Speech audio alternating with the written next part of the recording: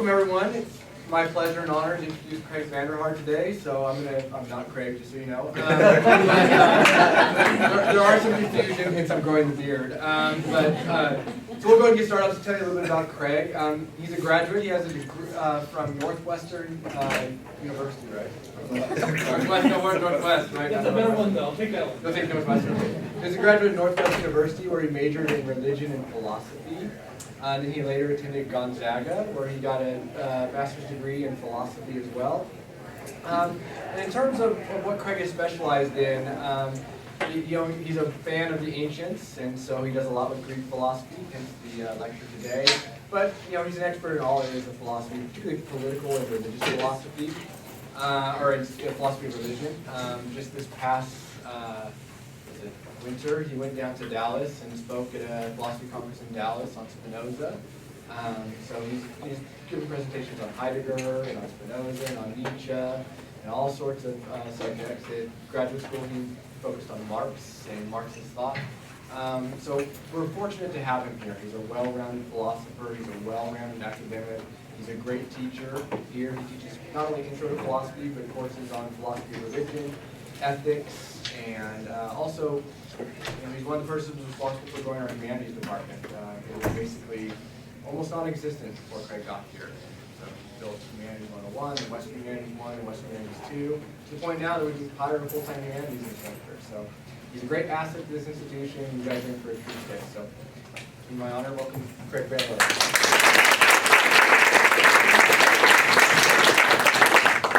That was way too nice.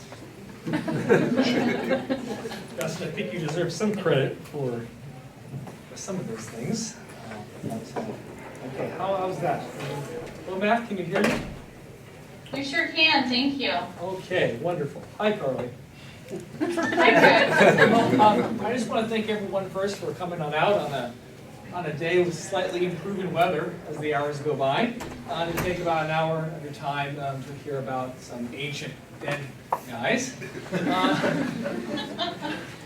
I also really want to thank Randy Mitchell and the whole team here at the college for not only putting on this event and designing the flyers and the posters and putting out the word to the community about what we're doing here, but also for helping to run the entire series. Every month we've had some really interesting topic, and I think it's a huge asset to the college, really raising the level of professionalism here for us who work at WVC. Okay, well, as a professor of philosophy and a student of philosophy, I know that it's an abstract subject, right, that typically does not lend itself to public discussions. I don't have any cool pictures. I'm not Rich Brinkman. I didn't hike the PCT. I don't have okay. I got a bunch of ideas, and so I thought the best way to do a public lecture on philosophy that would cover an area I was passionate about was to relate it to something that we all have in common, which is a shared language, and that language which preserves a certain degree of knowledge about the past. How I want to do this today is I'm going to open up with just reading an opening statement about my talk. I'm going to go through some slides, introduce you to some of the schools of philosophy that we now preserve in our language, interact with you guys in that process, and then end with a closing statement and Q&A. Sound good? Okay. Okay. I can actually try and press a button now. Look at that. It works. Great. So my first point here is why bother? Right? Why bother with the past? I think there is a tendency amongst moderns like us to think that ancient peoples were so much different than ourselves. After many years of studying classical philosophy, I have found this claim to be tenuous at best. It is precisely the fact that human beings have not changed so much in the past 3,000 years, which makes this kind of inquiry into the past paramount for our time. We do not know our future, and most of us probably do not have any certain answers to life's most important questions. But the good news is that we are not the first human beings to wonder about such things. So a study of the past is necessary to know what to anticipate about the future.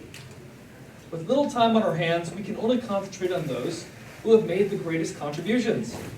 If ancient philosophers at least had some wisdom, or more wisdom than their peers, it would be disastrous to waste time trying to figure out what ancient fools thought.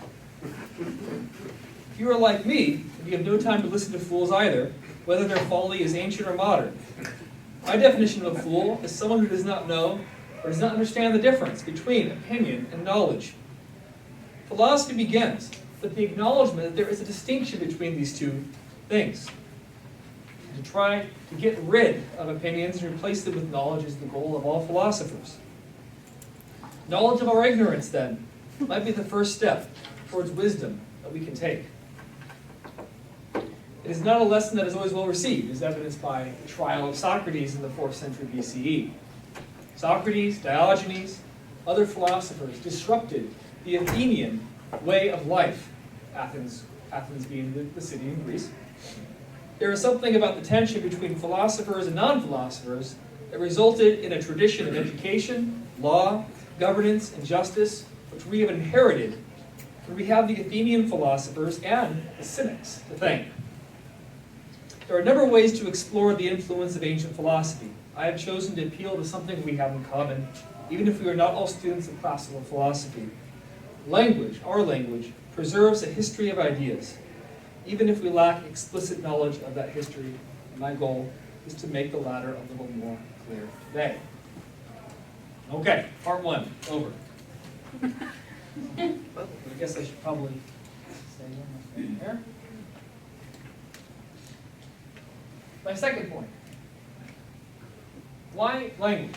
Well, first, I said language is good because we all share it in common. You don't have to know anything about philosophy to understand a lot of what I'm going to say today. But language is more important to philosophy than just for that reason. Language is important to philosophy because philosophers use and rely on concepts, right? Theoretical concepts like being, or essence, or form, or causality, concepts that are not within our immediate experience. And so the number of words or the quality of the language available at the time oftentimes influence the nature of the thought. Which raises another question that we might explore in the Q&A later, about the causal relationship between language and philosophy. Why is it that philosophy emerged in certain cultures and not others? Did it have something to do with the language that they have? Or is it the other way around? Does philosophy contribute to language and provide us with the concepts that we have today? Okay. Here I have a list of some examples of words from the Greek language, ancient Greek, which were very important to the development of philosophy. Number 1, thusis. Right? We say physis, I guess, if you want to read it that way. Thusis is how I say it. Dr. Berard, our linguist, is here, so if I say anything wrong, just correct me. Okay. Am I already in trouble? You're okay. Okay. Full of this here in the audience. Thusis is probably, in my opinion, the most important word in Greek for early philosophy. Nice. Thusis means nature. Nature. And by nature, philosophers didn't seize upon the meaning of stuff outside or stuff we look at. By nature, they meant an intelligibility to the world around them, that reason can discover laws or a structure of the world that is more than just chance or whimsical relations, but an actual intelligible order to the world. And that word or that concept doesn't appear to be around in other cultures of the time to compare the Greeks to other prominent societies or civilizations. Nomos, the concept of law or convention or custom, becomes very important for the philosophers I'm going to talk about today. Logos, reason or account, or rational account. We all know this word. It comes at the end of many of our subjects here at the college. Anyone have a guess as to one subject that might use this word today? Biology, bios meaning life, and logos, the reasoned account of. Geology, good. Right? All right, so we do use these words quite a bit. Doxa, or belief, opinion, okay?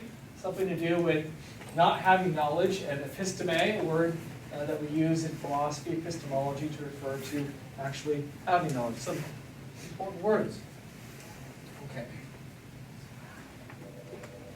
I want to say before I get into the actual philosophers, something about the contribution of their enemies. Okay? So we'll talk first about how the enemies of the early philosophers contributed to many words that we use today. The first category, I'll say polymaths and poets. And Professor Sheffield's here, so I can get in trouble with the poetry department too. I have a quote here. Much learning does not teach insight. Otherwise, it would have taught Hesiod. And Homer should be flogged. Both are quotes from a rather interesting figure named Heraclitus, the Riddler. Heraclitus was a philosopher that lived in the Turkish city of Ephesus, what was called Asia Minor back then.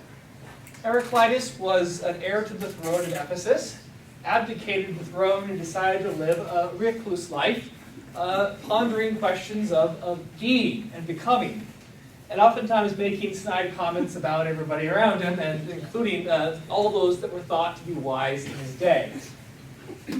He condemned Pythagoras, he condemned Xenophanes, he condemned the poets Hesiod and Homer. He condemned all of them on the grounds that they knew a lot of things, but didn't have any answers or any really good idea about the most important things.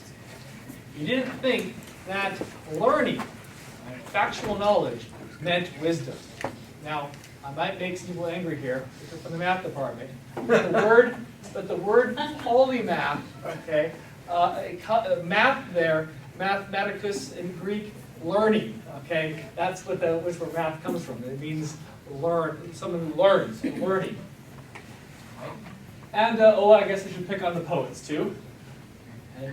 I got Homer should be flogged. Why? What's wrong with the poets? Well, they claim to have all their knowledge coming from the muses.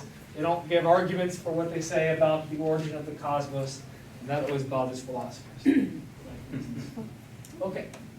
Something's not working here. There we go. How about the sophists? Okay, those of you who've had 101 from me, I see you in the audience. Okay, you probably learned about the sophists from me. The sophists were also enemies of the philosophers, and there's a word we use in English that comes directly from this group and the opinion about them from the philosophers. The sophists, I got one of them on the board here, Gorgias, 43 to 375. The sophists were a group of intellectuals. They were teachers. They were paid for teaching. Why are they sleeping? Is that bad? They gave public lectures. Okay, yeah. Well, I don't think it's all bad. But the problem with the sophists is that they didn't really believe there was any wisdom possible, and everyone was about as right as you can be with your own opinion. The question is, can you convince other people to believe what you believe? And if you could, you had all the truth you would ever need in life. Okay, so the sophists relied on their power of rhetoric, their power of speech, to convince everybody in the room that they were smarter than everybody else, even if they had no good reason to think so. Gorgias, one of the most famous sophists of all time, claimed he could teach any subject. He said, name a subject and I will teach it. Name a subject, I will teach it, I will lecture. And if you paid him enough money, he would lecture. And he would teach on astronomy. And the astronomers were there in the audience, and they said, this guy does not know what he's talking about.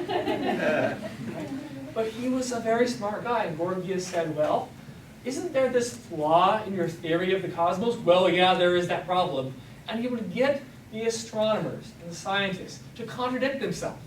Okay? They'd fall prey to his rhetorical tricks. And he would win the argument, and the audience would think, oh, Gorgias is wise, the astronomers are fools. And we have a word for that now, a word for deceptive speech, deceptive argumentation.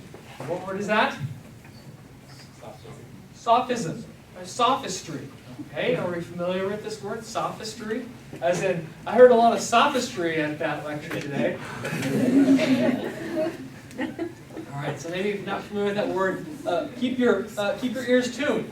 If you listen to political analysis or something like that, you might hear someone say, well, I heard a lot of sophistry in that speech last night. Okay, just a word to write down. Sophistry is bad, and we think it to be bad because of the philosophers' attitude about the sophists. It was their attitude about the sophists and what they were doing that made history and language preserve sophistry in a negative light. Were they that bad? Were they all as bad as Gorgias? Probably not. But that's how we remember them. Okay, well, let's talk about the good guys, at least from my point of view. The first school of philosophy I want to say something about are the Platonists. The Platonists are, there's a number of kinds of Platonism, but they're the philosophers that agreed with the figure Plato. You may have heard of him, pretty famous philosopher. Well, the Platonists take many forms. We have Old Platonism, Middle Platonism, Late Platonism, Neoplatonism, okay, tons of Platonisms out there. And we have a word in English you may have heard, particularly if you're in an ambiguous relationship with somebody. Okay? You might wonder if you are to go forward in the relationship or continue as platonic friends. Okay, platonic friends. And what does that mean? Well, don't give me detailed analysis. A general sense would do. Okay. Meaning, yeah, non-romantic. Okay, you preserve an intellectual friendship, perhaps, with nothing more. Okay? And that comes from a dialogue by Plato called the Symposium, which I will not tell you all about because it involves a lot of wine and other kinds of remarks. But in that dialogue, they talk about a kind of love that does not involve eros. A kind of love of an inner beauty of a human being, which involves knowledge and not carnal blah, blah, blah. Okay? And that comes from Plato. We'll talk about that stuff next week. Skepticism. Another school of philosophy called the Skeptics. Right? And the Skeptics were in a couple different forms here. I have one form, the Pyrrhonian Skeptics. These were followers of a man named Sextus Empiricus. And anyone know a word that sounds like empiricus? Empirical. Okay? What the skeptics thought, who followed Empiricus, was that we should suspend belief about subjects and objects that we cannot tie down to the world around us, to the world of the senses. That we should suspend belief about abstract problems and questions, or what we call metaphysical questions in philosophy. And so we have Empiricus to thank for our word empirical, okay? Like empirical science or empirical evidence, another way in which philosophy has influenced our language. I should say something about this word. Another kind of skepticism, I won't go into all the details. You can ask about this stuff in the Q&A. There are differences in the schools. Academic skeptics went a step farther than the Pyrrhonian skeptics and say not only can we have very little knowledge about those things, but we can't even know if skepticism is true. They went a degree further along the line. And they were called the academic skeptics because they were the students, some students of Plato and Platonism, and Plato's school was called the Academy. Okay, now, the word academy, which we use today to refer to what we're doing here, academics at the college, okay, comes from the name, the Academy of Plato's school. And why was it called academic? Why was it called the Academy? Is it because the word academic in Greek had some kind of educational connotation? No, it was the guy's name. It was the guy who owned the land that they met on. His name was Academicos. If his name was Bob, okay, he would be doing, bobbery or something like that. I mean, there is no rhyme or reason or rationale why it's called academic today, other than the fact that Plato bought that land and moved his students there, and they set up a school, and that's what we call it academic. It sounds so lofty and academic, right? But it's just some guy's name, right? He was the Bob of Athens, And there's a great story about why that land was important. In fact, Plutarch who wrote a lot of quotes and things down about the ancient philosophers that we have him to thank for our stories about them, for those whose lives were not preserved in writing, as well as others, says that Academicos received his land for doing a very honorable thing for Athens in protecting the Athenians from a possible military problem. Okay. Oh, I do have one more word to throw in with academic that's not on the slide. Plato's school was called the Academy. Does anyone know who the most famous student of Plato was? Aristotle. Very good. Okay. Aristotle, for our scientists in the room, he's more your guy unless you're Francis Bacon, because Bacon thought Aristotle was really wrong. But the scientists really liked Aristotle because he was a little bit more empirical and less mathematical. Right? Aristotle left the academy. He said there was too much math going on there. Too much math going on in Plato school. And Aristotle started his own school, which is called the Lyceum. Lyceum. Anyone know a room on our campus? That's called at the bottom of the library, the Lyceum. Okay, the Forum, Lyceum, the name of where Aristotle's students met. Just a little thing to throw on that wasn't on there. Okay, I heard someone say, talk about Epicurus. Okay, I hope we get to talk about Epicurus. Epicurus, I don't have him on the board, I ran out of space, sorry. Epicurus was an Athenian philosopher who came after Plato and during the lifetime of Aristotle started his own school, which is often called the Garden School. And the Garden School of Philosophy met at Epicurus's garden, right? Now that's a great name.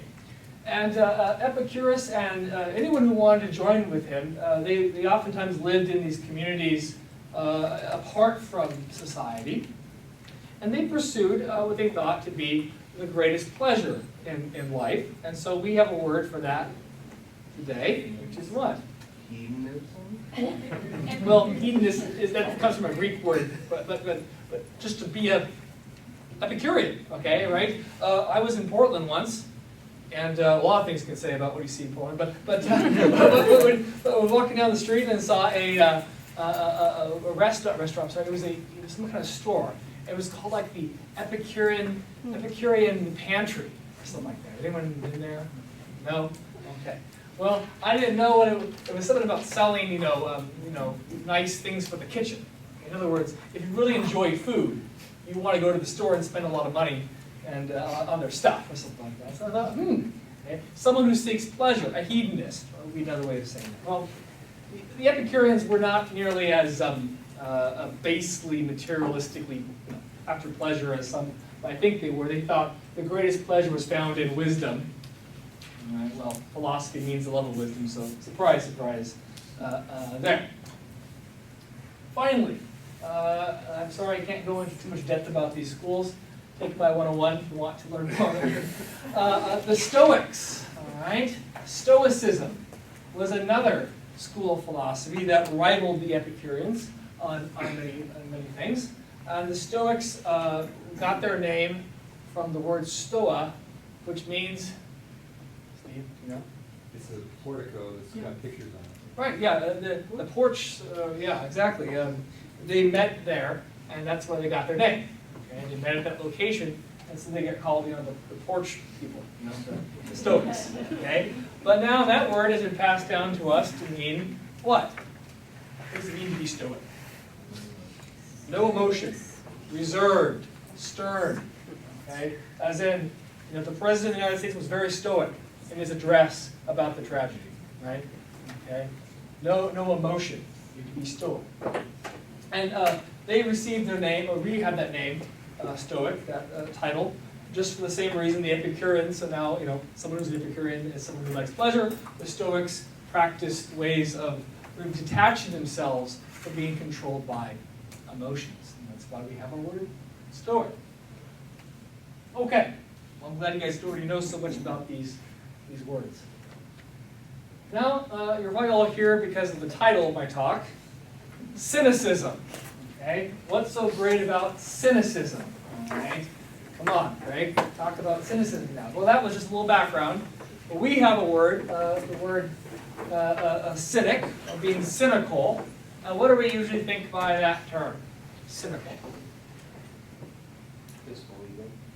Not believing, so it sounds like skeptical a little bit. Jaded. Jaded, close, critical, pessimistic, maybe. What else would we say? Doubting, okay. Being cynical about the possibility of human rights in a different country. Very cynical. That doesn't work, we know that doesn't work. Or to flout convention, or the mores of a society. To be very cynical about, human nature or something like that. Well, so-and-so is very cynical about the possibility of peace because of their view of human nature. Well, I want to talk about the cynics today, and this is why. Okay? I think they're really funny. I think you're going to have a lot of fun learning about the cynics.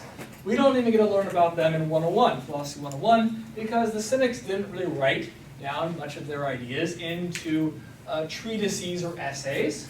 Okay? The cynics lived their philosophy out strictly through actions. Okay?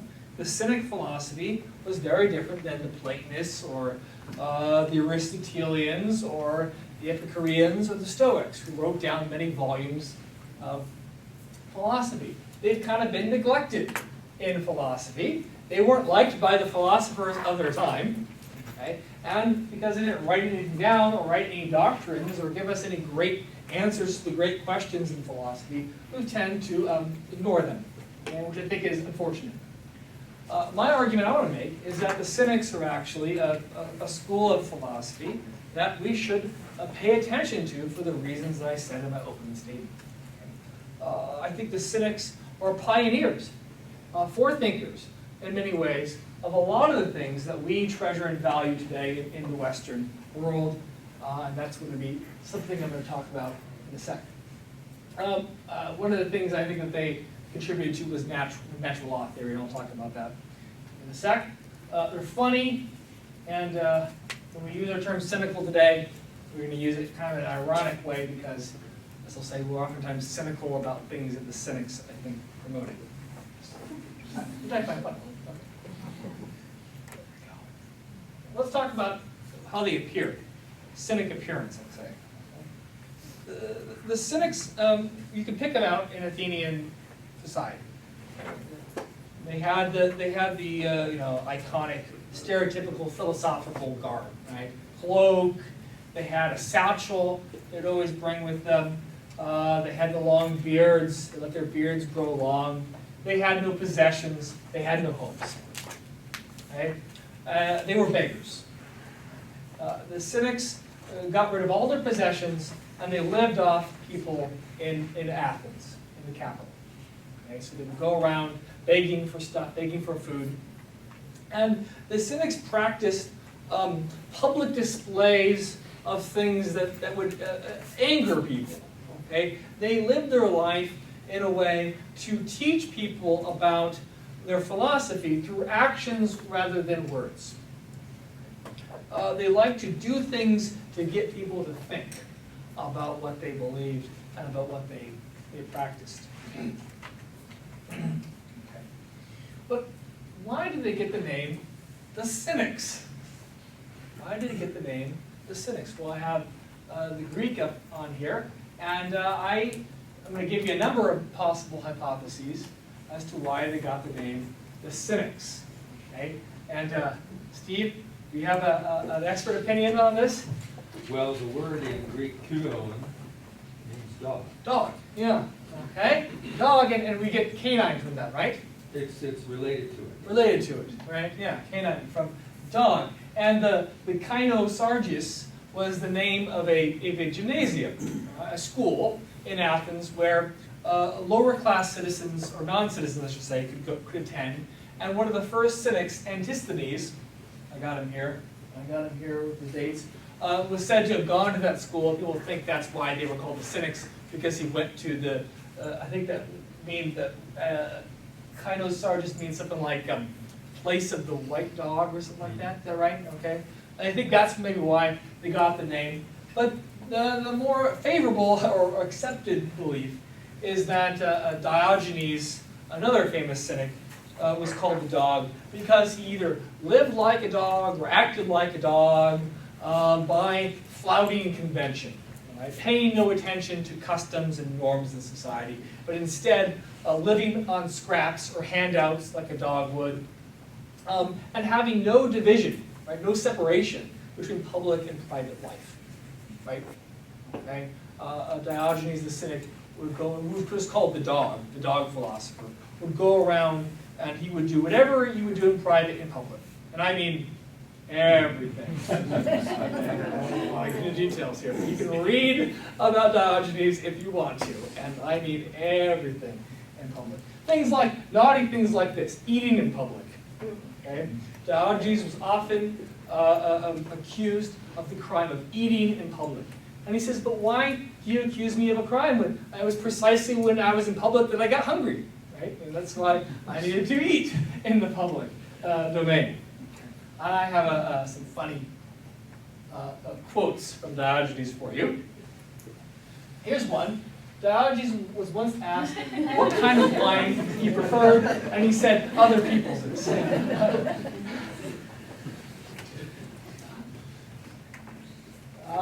During the daylight with a lamp in hand, he used to go about saying, I'm looking for a man. I'm looking for a man.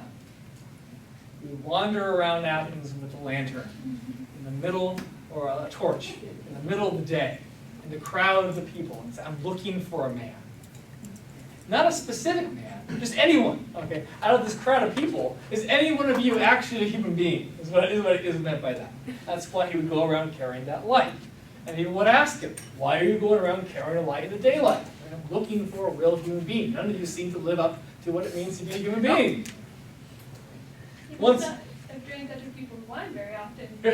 Well, there's some interesting stories of what he did at the dinner parties, but I won't get into that.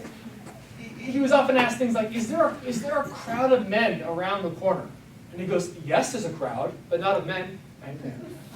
It's a crowd of things, okay? He'd often accuse his fellow Athenians of not living up to what it meant to be human, not fulfilling the telos, or goal, of human nature.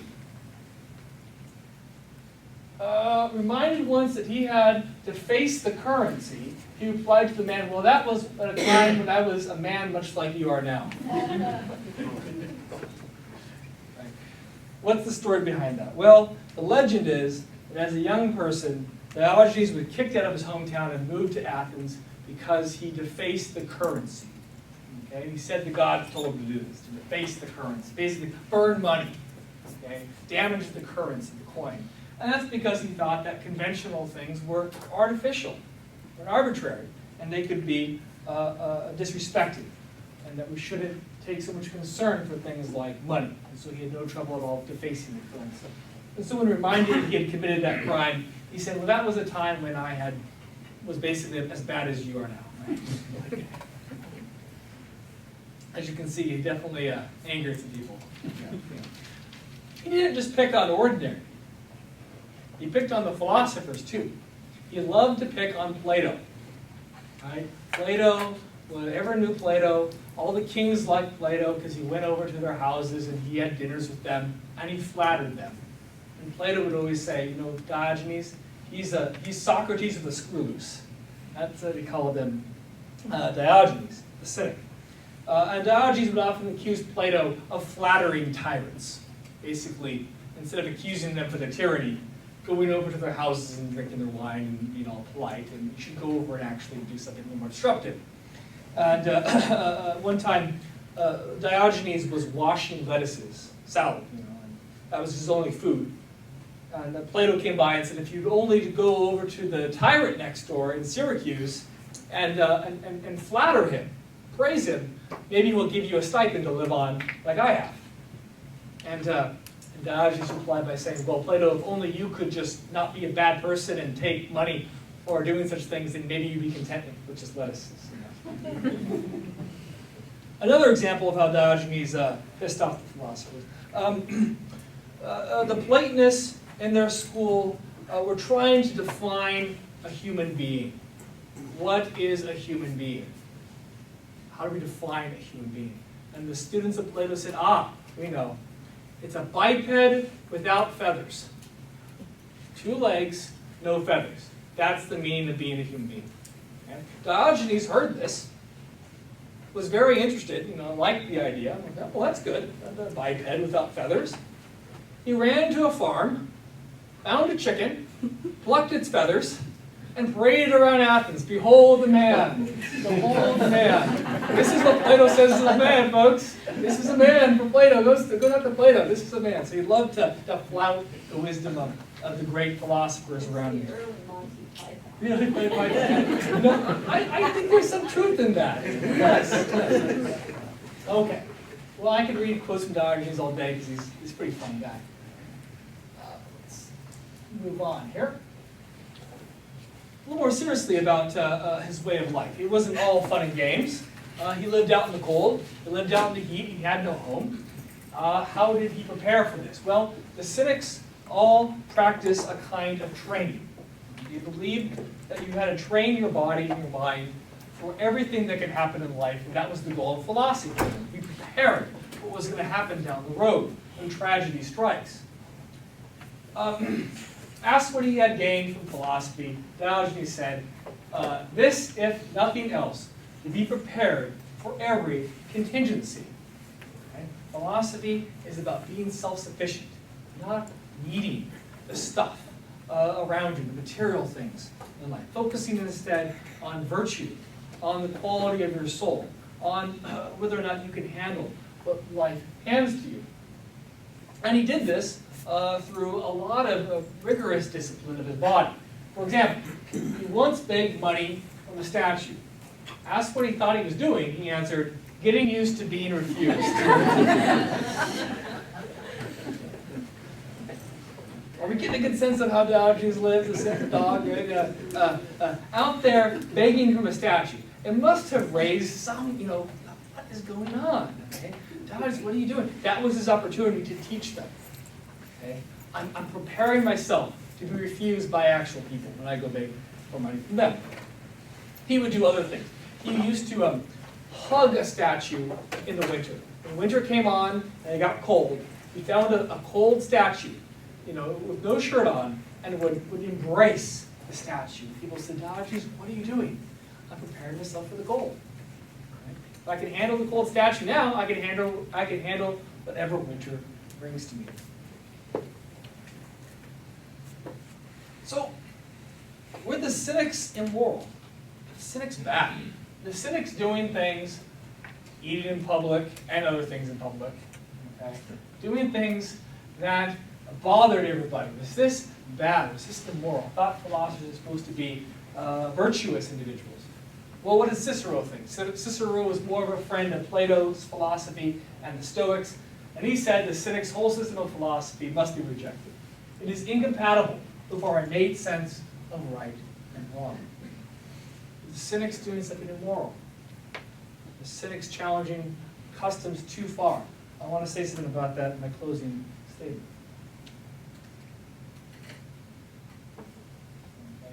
Okay. He used to flout convention, Diogenes, by eating in full view of everyone in the very heart of Athens Civic Center. People took offense at this one day and stood around him calling him dog. It's you who are dogs, he responded, standing around me watching me eat. I would pay money to watch that. just always had a comeback, right? Always had that comeback. Here's a quote from Antisthenes. Antisthenes was believed to be the mentor of Diogenes, the founder of the Cynic school. The first one to only have one cloak and one satchel and very simple dress and give up all his possessions. And Antisthenes, I think, gives us a little more, of an essential grasp of what the Cynics really wanted to teach people. He says the wise man would regulate his conduct as a citizen, not by conventional laws, but by the principles of virtue. And to get back to my earlier question, the Cynics did things that bothered people, but I think what they thought was human beings should live by a higher standard than just the laws that happened to be in existence at their time. They wanted to hold people to a higher standard than the fleeting, changing opinions of human beings. And that's the standard of nature, or the natural law. So I've been trying to make two basic points here. One, about the importance of ancient philosophy and why we should study. And two, about how we can sort of kind of ironically see how these schools of thought are preserved in our own way of talking. We use the expression cynical or stoic or skeptical or empirical all the time. But now we have hopefully a little bit better sense of where they came from. But I think more than just trivia about language, we often should think about the importance of what the contribution was of these schools. The cynics, I think, have a contribution to make that's been ignored by professional philosophers and should not be ignored for the reason that healthy societies, I think, need cynics. Not just pessimists who go around and say things that are inappropriate, okay, but individuals who really challenge and question whether or not we are living by a good mores and virtues. So I'm going to make my final statement here and open it up to a little Q&A. I think we're doing pretty good on time. The main agenda of my talk was to give some history behind a number of the ancient philosophical schools that have given us a number of words and expressions which we may use today without explicit knowledge of their origin. Hopefully, this was not only a learning experience, but also a fun adventure as well. I focused on the ancient school of cynicism, a tradition which intrigues me. The Cynics defied conventional norms, yet in doing so initiated a way of thinking about ethics and politics, and ultimately engendered traditions of natural right, natural law, and natural rights. In other words, it was the Cynics of all groups who believed every human being was to be governed by a higher law than the mutable customs of one's time. To live by this standard, which is discoverable by reason, is to transcend time and all convention. The actual lifestyle of the Cynics, is comical, but not what I am promoting here. Rather, it is their defiance of conventional norms that makes us wonder what was wrong with those customs in the first place, or if there was anything wrong with the customs they questioned. One does not have to live like a cynic today to appreciate the dedication to discovering the right way to live. The true cynic is not pessimistic out of spite or disillusionment. Rather, the cynic detaches him or herself from the belief that custom and civil law are just and good simply because they are practiced. We just don't think those are good reasons. While the decision to live a philosophical life of actions and deeds rather than promoting doctrines has rendered the Cynics without much of a heritage to discuss in a philosophy class, their spirit lives on, and their concerns were passed down to the later Stoics and other proponents of ancient philosophy. The Stoics, we now believe to be the first group to promote the notion that all human beings have dignity. First, the earliest writings we have of any notion of natural rights comes from the Stoics, and the Stoics believed themselves to be better cynics. They were cynics who didn't do Diogenes did. Out of this tradition comes eventually Hobbes, Locke, Kant, Mill, countless other defenders of liberal democracy and the theory of natural rights. Is that not our tradition? Is that not our heritage? Right? We believe that the right to rule, right, how a state should be governed, is not based on the capricious whim of a sovereign, but on a higher standard, a standard that transcends documents or transcends practices in the here and now. So before we get too cynical about politics, we should remember whom to thank for the ideas that we have which work. Besides, who has time to be cynical about politics when Mariners baseball is underway? Thank you.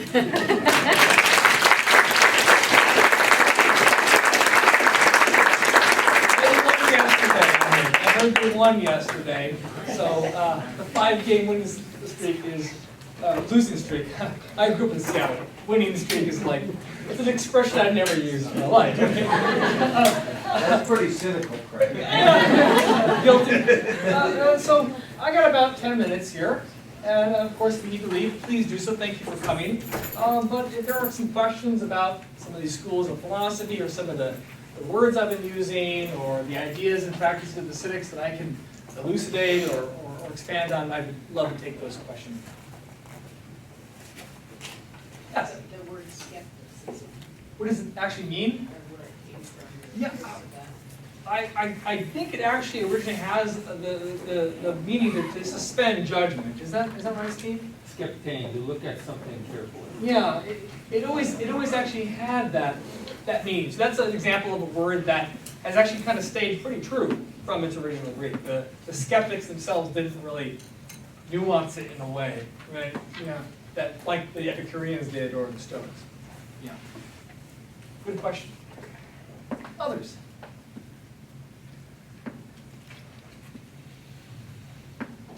Are we cynical of an OMEC right now? Or are we dialed in? We're dialed in. Okay, good. Craig, Yes. so if Cicero says the skeptic, or no, I'm sorry, the cynics, or is it just Diogenes who goes against the innate sense of right and wrong? How is that different than what the cynics are saying? It has a higher sense of right and wrong. To me, innate and Right. higher is very similar. Right. Well, I think Cicero is talking mainly about the things that they did, right? The way in which they, actions. the way in which they bothered people. Okay. Cicero had a long career in politics. And I think in fact, was believed to be one of the most noblest defenders of the Roman Republic and stood up to tyranny, himself. It cost him his life for doing so. So I think he actually agrees with what the Cynics did. I don't think he likes their table manners. I think is what he's focusing on there. And so the question might be here is Cicero thinking about the Cynics in the way that we, with the benefits of history, because we've learned more maybe about the Cynics than he did in his day, because he lived centuries detached from them, we might have a more sympathetic view of them. I'm presenting a more sympathetic view of him than the one that he had formed based on his own reading. Okay. Cicero may not have been as acquainted with what they did as we are, because in the ancient world you couldn't just look up stuff on the internet or go to a library. Yeah. So I think he had a very one-dimensional view of what the Cynics did. And I'm trying to say that, in fact, they're actually quite similar, I think. Cicero himself was a student of Stoic philosophy and agreed with a lot of the things the Cynics practiced, or at least believed, about natural law. A natural law theorist himself, Cicero. Are there any Diogenes around? We need some, but yeah, I mean, you go out on the street and you say, that's a weird person, right? Someone mentioned Monty Python. Yeah, that's pretty good. Yeah, I mean, right. There are certainly, will always be prophets and artists and poets. Can I earn some points for you now? Okay, because I just said you guys are, without wisdom, but I don't think that's just.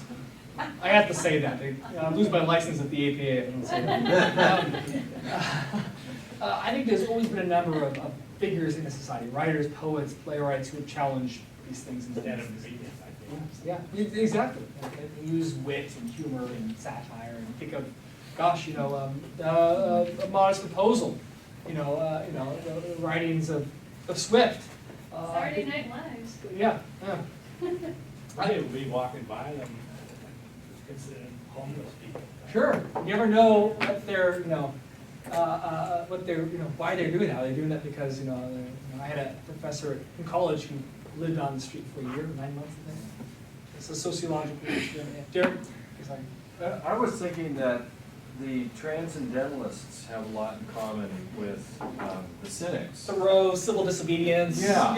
Yeah. Thinking of civil disobedience, Yeah. Emerson's Right. self-reliance, Yeah. the description of Diogenes walking around with that lamp, where's the man? These guys had very similar things to say about about their fellow humans in contemporary society. I think that's a brilliant observation. I think they actually did read or know about Diogenes and the Cynic tradition. A number of writers have read and commented on the Cynics. They've always had kind of a following throughout history. I think Emerson and Thoreau were aware Yeah. of them. There's a lot to explore there. This is really a neglected part of philosophy. Not much done on the Cynics. I think this is a great overlap between literature and philosophy. Absolutely. So, Yes. so why didn't they write Well- things down? I mean, I know they were into Yeah. action and doing, Yeah. but in the, I don't know. What I mean, Why didn't they write something down? Great question. Well, here's, okay, it's one of the historical problems, the textual problems here. So someone like Socrates didn't write anything down, and we know that for sure. He probably didn't write anything down. Did Diogenes write something down? Well, Plutarch thinks he did. There are these titles of dialogues and treatises by Diogenes that are said. It's said that he composed like actually some plays and stuff, but none have survived. So either it's not true that he wrote anything at all, and that was just legend, which is oftentimes the case in the past, or he did write them down, but they either weren't very good and they didn't survive, right? Okay, or they were just lost for no reason at all. But yeah, he did write them, they didn't survive, or he never wrote anything down. The same is true about Epicurus, right? I mean, Oh, we lost like 99% because of of Epicurus. Lucretius that we know about Epicurus. Yes, they were in Natura, yeah. So Lucretius, the ancestors are right. Lucretius was a Roman poet, a Latin poet. A good Latin poet? Okay, good, yeah, okay, very good Latin poet, who in beautiful form articulates Epicurean and atomist philosophy and physics, and their ethics and their theory of the soul and the afterlife, or the no afterlife, and their theory of the gods. It's a beautiful poem. And Epicurus was the great thinker behind that. All we have from Epicurus is like a letter and a couple of short writings. And he wrote about 300 books, they say, or something like it, between 200 and 300 volumes.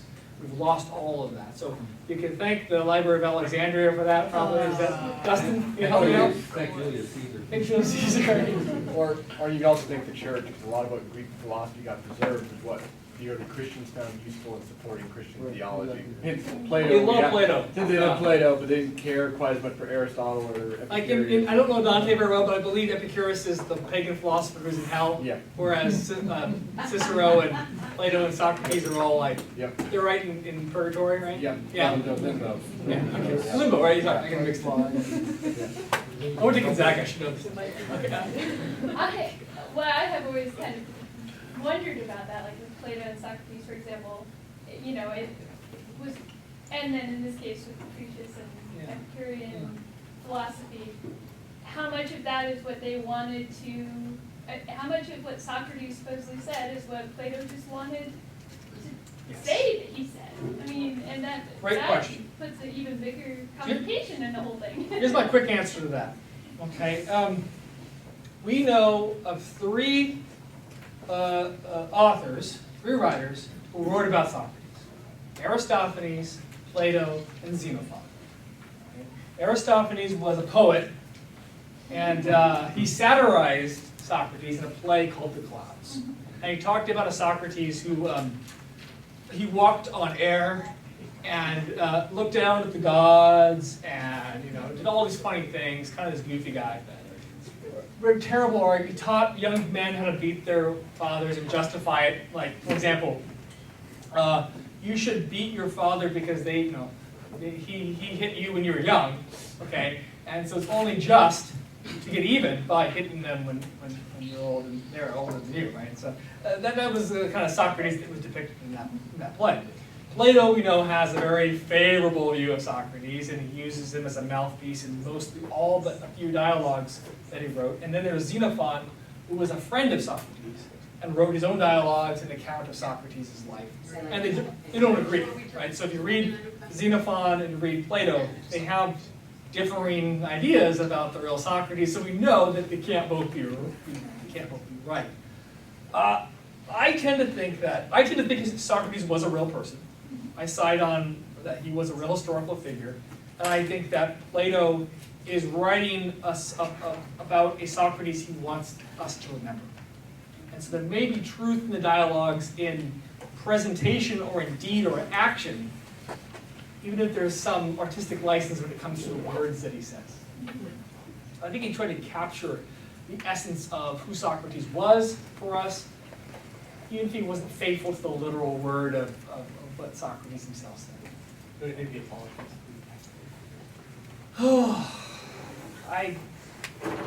I have doubts. I mean, I respect. I'll be a good skeptic. I don't know. Right? I don't. I would never make any claim to certainty. I think there are things in there that might be too ridiculous to say in the court, but you never know, right? But yeah. I'm thinking one more. Yes, good questions. Yes. Do you think the cynics consider themselves successful? Do they think themselves successful in what they did? Or effective. Successful. Well, certainly not in the view of what Athenians were all after, political gain or honor or wealth or something like that. So certainly not on the conventional understanding of success. But I think they certainly believe what they were doing worked, for them. I mean, it attracted followers, and that would, I think, be a slim measure of success. 21st century. Yeah, I get. I'm don't worry. We're talking about. I'm gonna keep the time. I'm gonna get the cloak and beard. So don't worry about that. But yeah, I think it's something to respect about this, and even if you don't actually go out and burn money or something. I'm not going to burn any money. This is being recorded, so the IRS can find me later and interrogate me or something like that. But, okay, well that's 3 o'clock, Randy. Do you think this is a good time to close? Or? Cool. Okay, well I guess we can just dismiss, but if you want to stick around and talk a little bit more, we'll hang out.